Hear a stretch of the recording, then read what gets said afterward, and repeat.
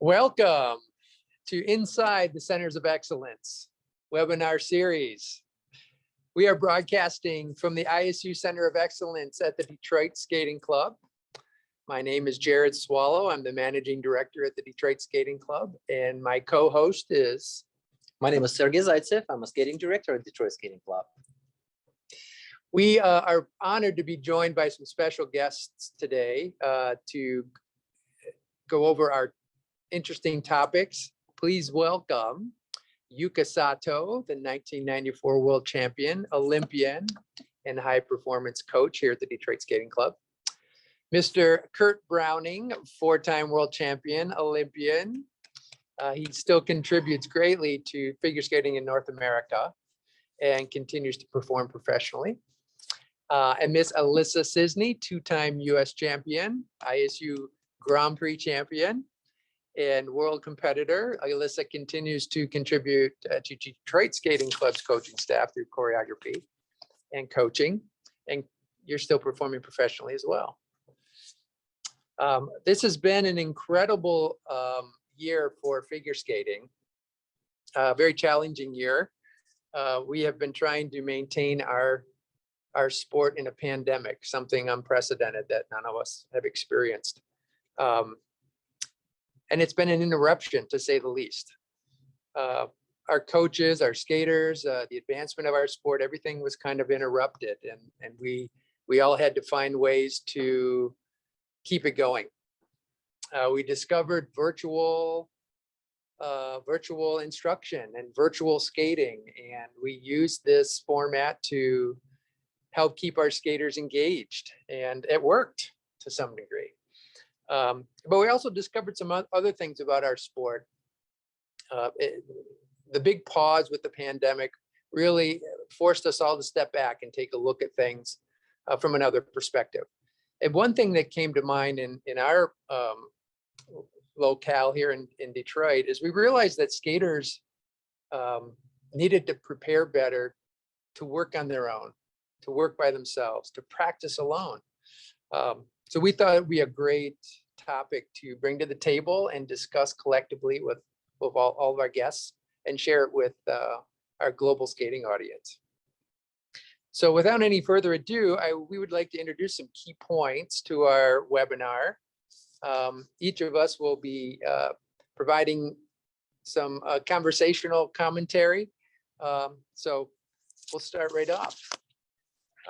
It's important to remember that spending time alone practicing builds proficiency in your elements, and it builds your independence. And Sergei, can you follow up on a couple? Well, absolutely. This is, I would just say, Jerod, besides this, our sport, figure skating sport, this is like everyday activity. You cannot just do it once. You cannot just do it twice. You're going to do it all and every day.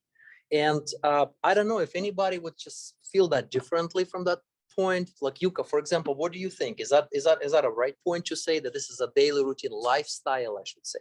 I definitely agree. It is lifestyle, and how do we get consistency? Because when we actually go out there to perform, we want to be consistent. We want to be able to depend on our skill, but to get consistency, you have to go through a routine, same routine on a daily basis. So I feel that it's really important to have a healthy routine, smart routine on daily basis. And I would say most of the answers to individual questions are in daily practices, the training sessions. Yeah, that's a well said.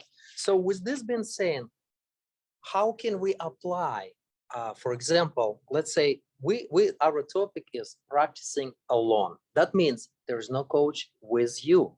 So how do we go from there? So how we can pursuing by, first of all, we need to know, the athletes needs to know, the skaters needs to know what they're going to do. Right. So it's important that I think that there's a plan developed, right? When you find yourself practicing alone, you need to set up a plan, and that makes you accountable and it helps you with development, and it helps you organize. And I think it's important to understand that you have to set goals, that this is an opportunity to learn how to do that. It's literally an opportunity to write a plan for yourself and then perform it or execute it. And Kurt, how do you feel about that? And what were some of your experiences with setting up a plan for your skating when you were younger, or even as you do it today? Well, Jerod, when I was young, I was listening to what you were just saying, and I kind of wish you would have been around, because I don't think that setting a plan was my forte. It's not one of my strengths. I just sort of got on the ice and kind of went for it.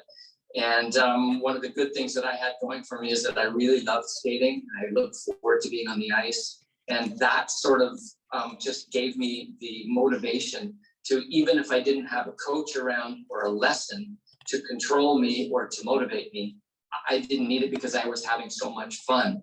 That said, it did come up and, sort of at a really bad time in my career. The 5-minute warm-up before my competitive skate at the Olympic Games, I didn't really have a plan. And to make a long story short, that not having a plan set in advance is basically what set me off and made mistakes in the warm-up that carried on into the practice.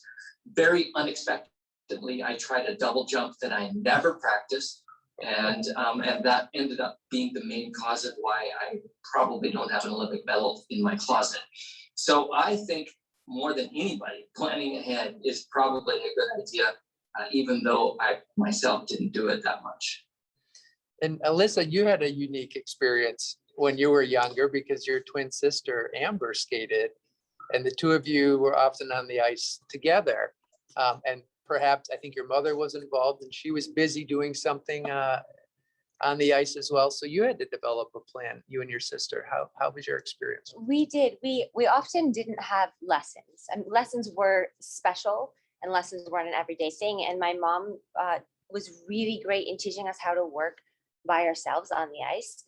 We would be on a public skating session of 2 hours and she would write us an entire list of elements that we had to accomplish. And it was in a notebook and it was, 5 of this and 5 of that and this jump and these jump combinations, all of these spins, all of these thing combinations, how long can you hold them, hold these spirals, do your moves test. So we had an entire plan. And if we were able to accomplish the plan on the session, then we could play. So we had a reward to be able to accomplish, but we also knew that we had to accomplish certain things while we were on the ice. So my mom taught us so well about starting with a plan before you get on the ice to know what you're going to do when you're on the ice. That's great. And Wow. But I yes, we're already talking about how we get this when we're already on the ice. But let's roll it back a little bit. Let's say night before or day before. For example, what are we doing tomorrow? Is that not a bad idea? Probably to start planning a little bit in advance. And so let's say my practice is tomorrow and I know my coach won't be there. So what am I going to have in mind? So what am I going to do? Of course, pack my skates first, right? To make sure that they stay. My skates both are skates. both skates. And make sure that they're not in someone else's car. And make sure it's in your parents' car or somebody else's car. That's a very good suggestion. So that's all good. So at the same time, how would be important? When should I be arrive for the practice? What do you think? How much time do we really need, guys? Like what important period of time that needed prior to be at the rink? Well, I think the checklist is super important, as Lissa was saying. Developing a checklist of making sure you have all your equipment. Your equipment's in good order. You have the right clothing. Is the rink going to be cold? Do I need extra layers, et cetera, et cetera? But you need an arrival plan, right? You need to understand how you're going to manage that time when you arrive at the rink, and how it's segmented to prepare you for getting on the ice for your practice. And for that matter, when you exit as well, kind of that cool down period after. Yeah, and I think we're just kind of lifting that part is important. So when you arrive, you probably needs to warm up prior to go to the cold rink. And how that would can we just talk a little bit? What would be the warm up? What is the definition of the word in relation to our sport? Maybe Kurt can bring us in on his. I'll be honest, I didn't start warming up for practice until I was 18 or 19 years old, because we were always barely Don't do arriving that. on time.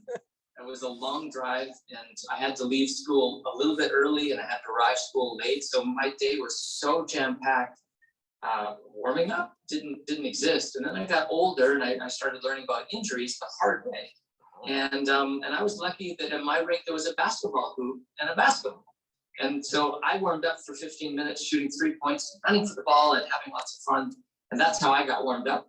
So I didn't have a structure. I've seen Patrick Chan, who's a world champion, warm up.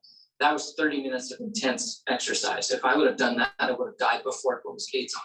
But for him, that worked. For me, I just like shooting some hoops, getting my body going. And Yuka, of course, we've all had very diverse experiences in skating, and growing up in Japan and growing up in that system with your parents coaching you. What was your warm-up routine? How did you prepare yourself for your practice? Well, kind of like Kurt was saying, that my daily routine getting to the rink from school was it was always tight. However, I had to take trains to get to the rink, so I will be going up and down the stairs, to catch the next train. So that was sort of, by the time I got to the rink, I was quite warm. So there was some sort of a warm up. Yeah, well, today is more convenient. Today looks like a door-to-door services more. You like get up off the floor, go to your garage, get in the car, you get to the rink, and here you are. You skates with you, okay, you put the shoes on. Oh, if you got them. Sometimes you may forget your tennis shoes too. Make sure it's on the list. And then what?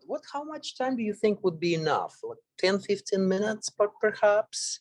Yeah, appropriate, but you gotta have the list, a little bit of list of things, at least what you can do. Can that be a good idea, just to communicate with your coach? Or you can, of course, you can be creative like Kurt, but you gotta be talented like Kurt too. I think that one of the interesting things that the skaters should realize that a warm-up does is that it sort of tells you what body you're using that day. Yeah. Now, for instance, you may have done too many double or triple loops the day before, and you find that there's an area of your body that's a little tight or a little sore. You might be able to warm up that area, make sure that it's gently stretched out and ready to go. And I think being aware of how you feel that day allows you to set goals for the day that are realistic. So I think warming up and knowing, what your equipment, not just your skates, but your body is ready to do that day. I think that's really a good point. And also, as you prepare throughout your warm-up exercises or stretching, this is also the time that you can use for your mental preparation too. You can't just walk into the rink not knowing what you're about to do. You have to set a goal and you have to know your purpose, the why that you're going to be at the rink. So I mean, warm-up time is only not just for physical aspect of it, but also for mental and emotional aspect of it. Great point. Yeah. The alone time on the ice, the alone time that athletes have, that's time to learn about yourself. It's time to teach yourself, if you will. Yes. Yeah, and test things. I mean, Sergei, I think I've often heard you talk to your students about, what did they learn about themselves that day, and you ask them to self-correct. What's the correction? You're always engaging them to come up with the answers, and that's important for athletes to develop that skill. Jerod, it's a very good question, because I believe every athlete should be able to answer at the end of the practice, did I learn something new today, or did I get better? Compare me day before. So because if you're gonna ask, and that's what I do, asking my athletes once in a while, I said, what did you learn today? And if they're gonna say, I'm not that means nothing. That's mean the lesson, I failed the lesson. But if you're gonna say or she or them, will say, well, today I learned how not to make that mistake 3 times in a row. So after you listen, after you tell me the 2 times, on the 3rd time I actually got it. So before it was 10. I don't know, it's just a silly example. But the point is, each athlete in our sport, probably in every sport, I should say, should be and is to be clearly understand if when I walk out of this practice, what has been accomplished. Because nothing can be worse, in my opinion, just to waste the time here. Not to mention the cost of that too. And the practice is going to be, that practice alone is going to be unique to every individual. You know, I think we've heard the term "make it your own." You really have to look at that practice and make it your own. And I'm sure each of you have an example of how you had to make a practice your own. Kurt, was there a memory you have about creating a specific practice for yourself that was unique? No. And I have to laugh because, you know, as you get older, you look back in your career and there's certain things that you see that could have made such a difference, to such a positive influence in your career that you actually didn't do. Another one is taking dance lessons. It's something that I really should have done so that I learned how to move on the ice. But I did, as I got older and you know, started competing, I did have access to a coach on a fairly consistent basis, but there were many sessions where I was on my own. And if anything, I was just always motivated to have as much fun with my skating as I could. And I think that I wasn't severely organized as to how I was going to do it. I just wanted out there so that I could get going. I was not the most organized skater, but I was highly motivated because I knew why I was on the ice. And I thought that something that Yuka said earlier really caught my attention when she said, you have to know why you're on the ice.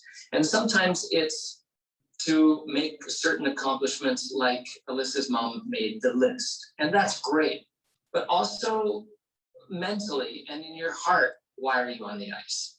And I think that when you make skating a place where it's your own, almost like you go to your house, that room where you sleep, if you're lucky enough to have your own room, that's your place.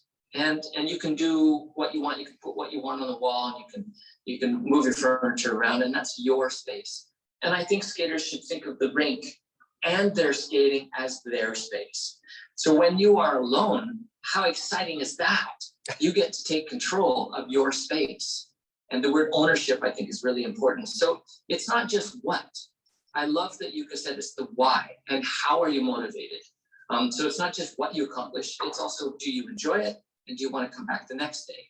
And that's something you can learn, not just at the rink for figure skating, but for life. It's a really good skill to learn for the rest of your life.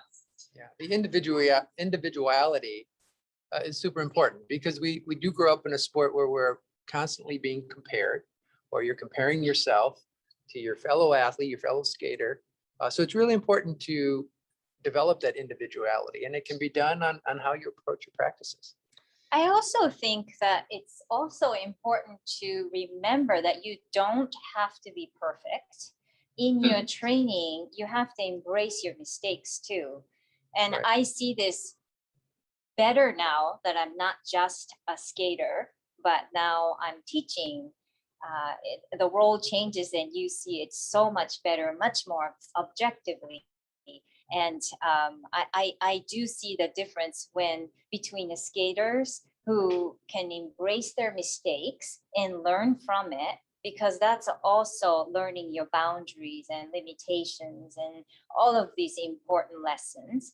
And the ones that don't understand that part of it and keep trying to become good and perfect, then eventually you're going to end up cornering yourself to feel that great deal of pressure of, oh, I can't make a mistake, or why am I not doing this? Why am I'm not skating well? But I think that's the great place to learn from. Then what can I do to make a comeback from this terrible situation? To how much can I improve and how much time does it require for me to get back on track? And this is where, with a little bit of a help with coaches, that they can definitely help you to get back on track. But you also have to learn and experience how you can get yourself back on track and move forward, keep that train moving forward. It's a great segue into our next key point, Yuka. You know, practicing alone is the best time to test your boundaries. Try new things. There's zero pressure. And I'm sure each of you had a moment in your young lives where you were trying something that you'd never tried before. Maybe you were intimidated to try it in front of your siblings, but if you're practicing alone, or your other athlete friends, if you're practicing alone, get out there and try something new. Was there something, Kurt, that you tried in a environment by Jared, yourself? I saw this point on the plan, and I remembered a story that I thought I would tell. And it's kind of a confusing story a little bit, because I think there's points of what I did when I was practicing alone that are very inspiring and kind of brave and cool, and certain points that were not smart whatsoever. So the short story goes like this. A long time ago when I was young, I saw Brian Boytown of the United States do a quad, and I thought, I want to do that. But I didn't want anyone at the rink to laugh at me, because I'm pretty sure I was going to fall trying a 4 revolution jump, having never tried it before. So I wanted to practice it on my own first. This is the part that probably wasn't very smart, because literally I'm in the rink all by myself. I went late at night. I turned the lights back on, and I wanted nobody around. And I tried quads for the very first time in my life, hadn't fallen and hurt myself. Nobody would have been around to help me. But I think that as a young man, I also am proud of myself for being brave, and also for being excited about the potential to test myself. So I did try it by myself 2 or 3 nights, started landing a few, was 2-footing it pretty regularly. And then I showed it to my coach. And so was it the smartest way of doing it? Absolutely not. But I think it's important to be brave and to find ways to test yourself safely, hopefully. And when you are alone, I think you're the best person to make those decisions. Your coach, of course, will make them for you, your friends and some of your competitors and your coaches. But when you make decisions for yourself, that's when the ownership really starts to take place. Do you remember an element, Alissa, that you tested in a quiet environment where I you do absolutely. were by yourself? One of the girls at my rink growing up, I was little. She was exactly my age, and she had this beautiful spiral. And I remember watching her beautiful spiral and thinking, that's what I want to do. And so every single day, I decided just to work on all of my spirals, every single one of them. And I didn't care what other people thought about my spirals at the time. That wasn't in my thought. I just wanted to have a spiral like hers. So I was working towards it until I had a spiral that looked like hers. And then it worked. So I saw that and I picked it up because that's what I wanted to do. It wasn't somebody's jump. It wasn't somebody's style of skating, but this is what I wanted to do. And I actually often did that throughout my career. Was I saw things from a competitor or on television or someone at my rink or my sister that could do an element that I wanted to own as my own. So I took the time to practice it. And I taught myself a lot of things, by trial and error, but it's just fun to do it because no one's expecting you to be able to do it. You just saw something and you're trying it for the first time. This is great. Yeah. I mean, we talk about all this idea, but how long do you think that practice time it should be? How long that practice would be efficient? Duration. We cannot do it for the whole day, right? And we cannot do it for we can do it for an hour. 2 days is a pretty decent period of time. But at the same time, what would be the appropriate time to spend on the ice? Anybody? I'll go. I think when I was a competitor, I was a world champion. I only skated 2 free skates a day, but back then we were also doing figures. And figures, making the marks on the ice, and the circles on the ice, on the clean ice, that took way more time than the free skate sessions did to learn. So I was still on the ice 3 to 5 hours a day on the ice. Nowadays, the kids don't do figures, so they have more time, so they might do 3 free skate sessions. And I feel quite strongly my opinion, that 2 free skate sessions where you're doing jumps and programs is quite enough. And that 3rd free skate session is for skating skills, for those spins, for working on little parts of your program, maybe for having a little bit of fun. Maybe a hold a spin longer than your friend competition. But to go ahead and skate 3 sessions, but I think that 2 sessions of jumping is quite enough. And some people will disagree, but that's just me. I absolutely agree with you. Yeah, and I think, don't you think, guys, it's individual sport, and really is. Each of you, we talk about me being me, like being unique, being specifically what works for me. So I think each athlete, each skater should feel and sense what time or how long that is a good period of time that he's spending on the ice, because nothing can be more wrong when you hanging around and don't know what to do. Okay, when is the clock? Clock is stopped. Oh, I'm not sure. Of course, it's not for everybody, and I'm sure who is watching this webinar probably all full in love, never experienced that. Or But clock if- goes backwards. That's good, exactly. But so if for any reason you happen to see the clock all of a sudden stop and you're watching, that means that you probably passed that moment that you are sufficient for you. Right. Well, and our sport is so much about repetition, right? I mean, it's a very complex sport. The movements and the elements that we're trying to learn and replicate, and jumps we're trying to learn. Dance, It's acting, dance. It's musicality. so complex, and it really, I mean, practice is super important, and all of the elements we've talked about in regards to developing your personal plan will help you advance in the sport. But it's very individual. You have to develop those skills on your own. I think it's important for everybody also to keep in mind that there are priorities that you have to make, right? You have to prioritize your time for your practice. You have to focus in on yourself and what you're doing. And I think, Kurt, you mentioned school figures, and you can probably relate to this as well. I was not well focused when I started figure skating, but school figures taught me. It was almost like therapy. It taught me how to focus. And if you didn't focus in school figures, you weren't going to be competitive. So if you're a little bit flighty, school figures probably taught you how to focus. And that helped me through, it was a life skill that I developed the rest of my skating career and my life. But it's important that skaters learn how to prioritize, learn how to focus, and learn how to set up their plans. I'm sure each of you remember a period in your life where that focus became obvious and you used it to your advantage. It Yuka. still happens to me today, but I have to follow back on, and I'm very thankful for the figure stays. And you are absolutely right that,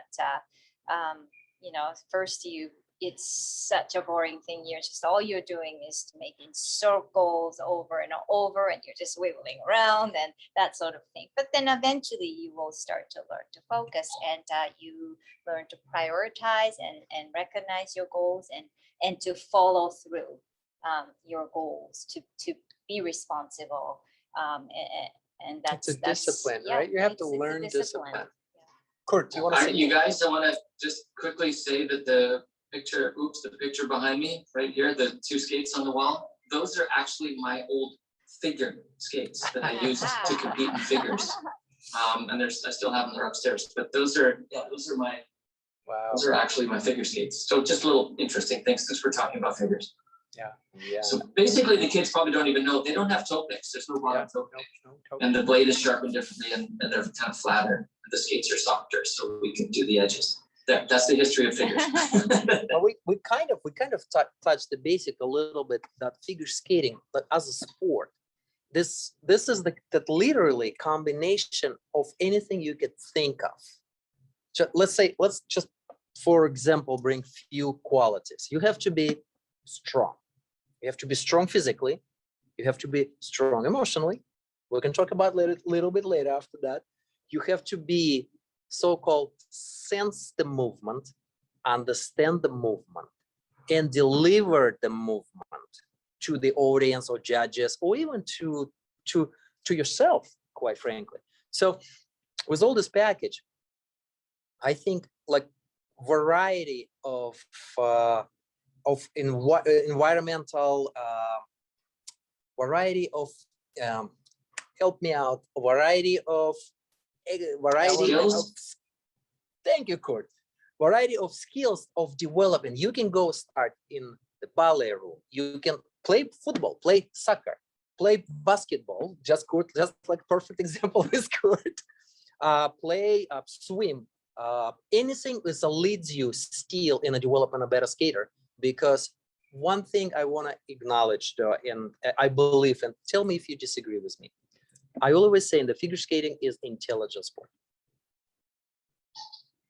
And that comes down to maybe mental part of this. Because, you know, how back again, this is the random, this is circling around. So if you want to be a good with sport, you have to be intelligent. Intelligently, you're not born intelligent, you become to be one. You deliver yourself. So in what tools can be utilized into that? Do you could think of anything today? Technology today.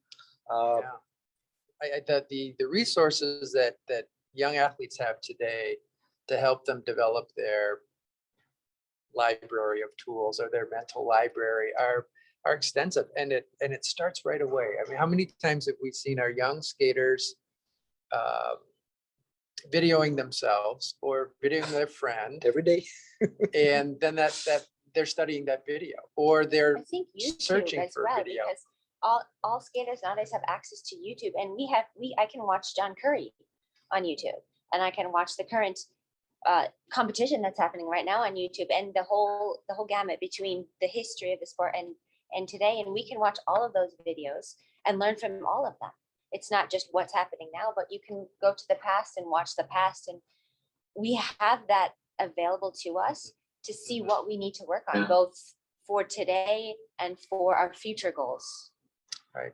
So if you're I wonder what those young athletes out there would feel like if they had to get on a plane and fly across the Atlantic Ocean and you didn't know anything about any of the other 15 guys you were going to compete against. All new names. You just had no clue until you got to the practice rink and started watching. And that was so terrifying and exciting at the same time. So can you imagine how much information back then we took home with us when we would watch the other ones compete and watch the other ones practice and meet them and talk to them in the dressing room? And you learn so much. But nowadays, you guys have access to all of that. You still learn so much when you compete in person, of course, I think more, but it's a new world. So I think if you want to get on the ice and be motivated to be by yourself, and you don't have a coach, you don't have a parent watching you, you're your own boss. There's so many places to get motivation from nowadays. Yeah, and you can record it, or you can document it, right?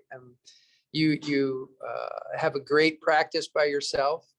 You can, shoot a video of yourself talking about that specific practice. This is what I learned, so you're remembering it. We had notebooks, I think, growing up that we might have made notes in, but now it's a lot easier than it was when we were. Well, but it all still comes down to one thing.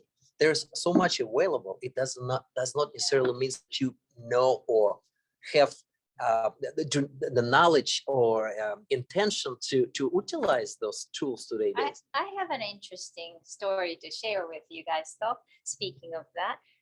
Because I come from Japan, which is, figure skating is really a westernized sport. And my father, his generation was more of, sort of like going across the ocean to have this very first experience of what international figure skaters are doing, and they had no idea. And it's a great, shocking experience of, oh my goodness, this is so different from what I've expected. And then they would make all these notes and videos and things, and they would take home with them and study, every individual athlete or skater to see what they're up to and what they need to do. That's how they started.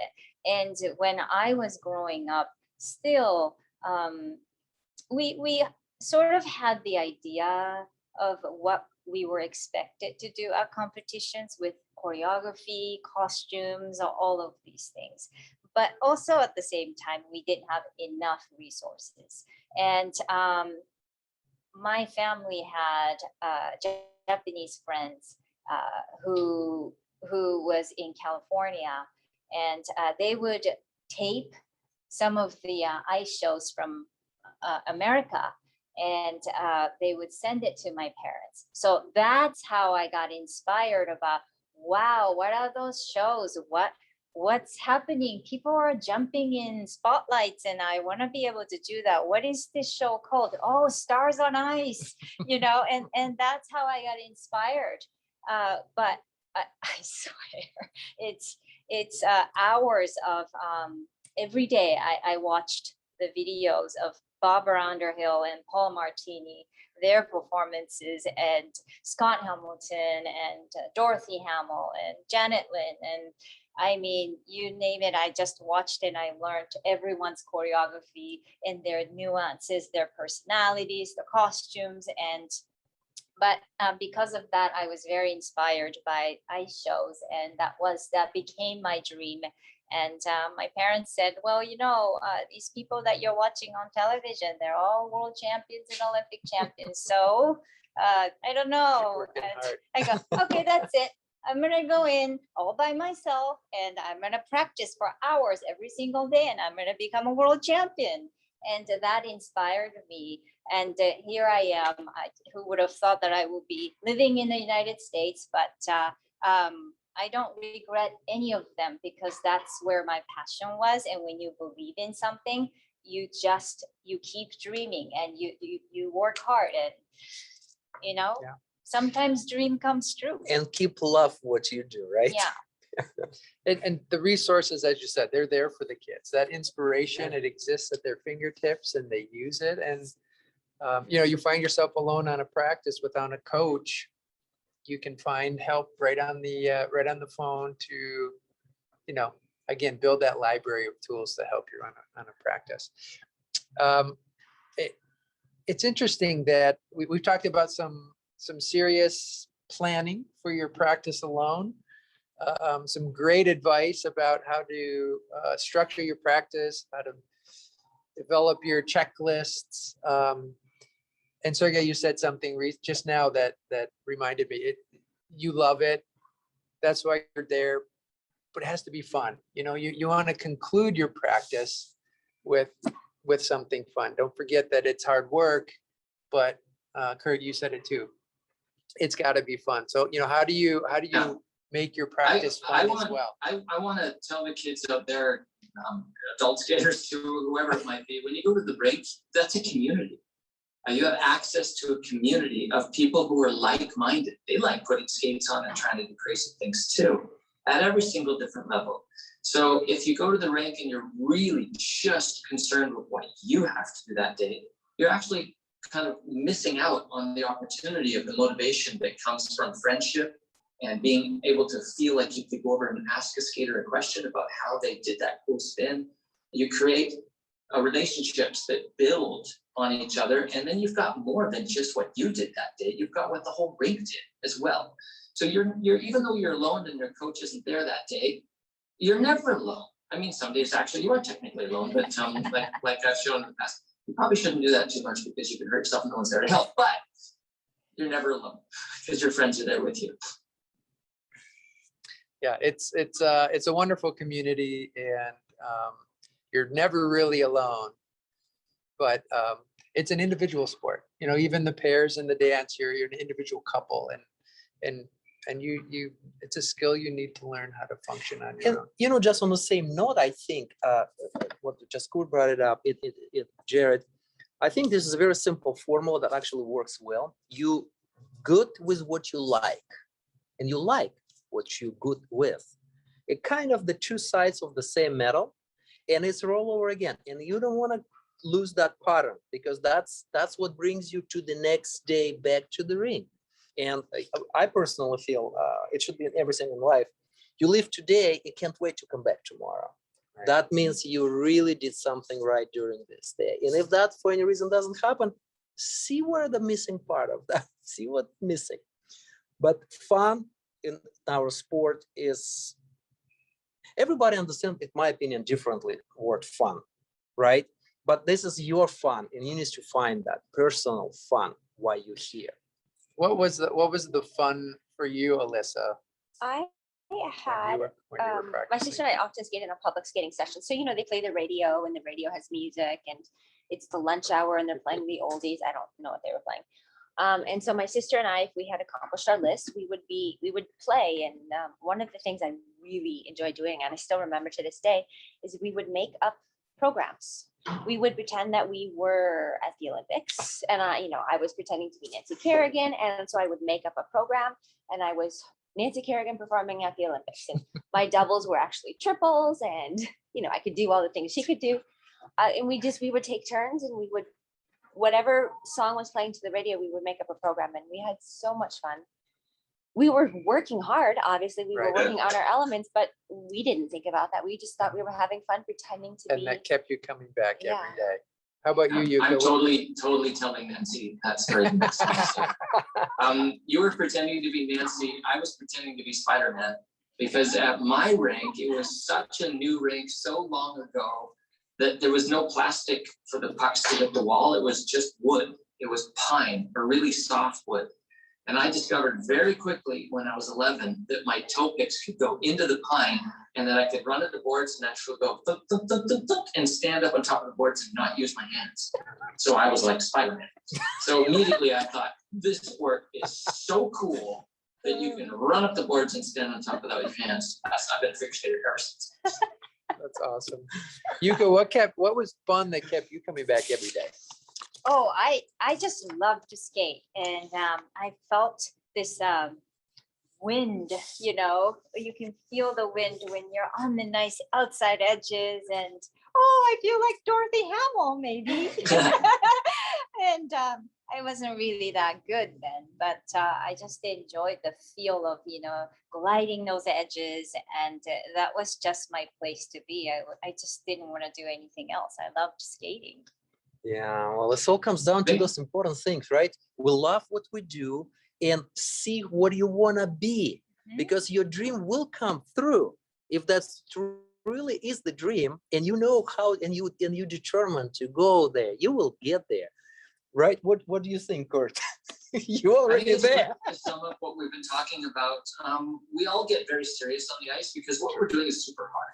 So if you watch a skater practicing, especially at a higher level, they might actually not look like they're enjoying it, because it takes everything we have physically and mentally to do the hard tricks. But even inside a little bit, when you land a jump, when you have a small accomplishment, celebrate it.